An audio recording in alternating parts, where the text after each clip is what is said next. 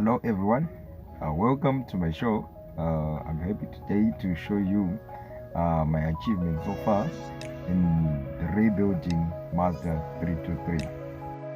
Yes, so I want you to have a look at this. I didn't go to any mechanic school. I was born in a family of mechanics and was a spanner boy as I grew up.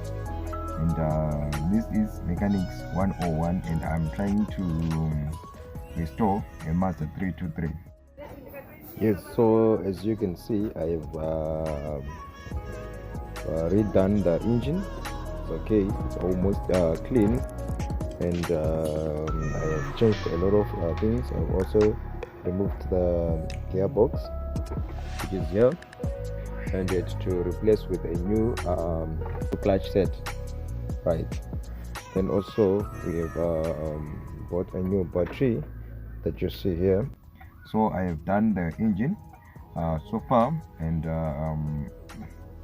the results are coming out well. Yes, so let's start the engine. So initially it was using a manual start, but we have diverted everything, start using the key.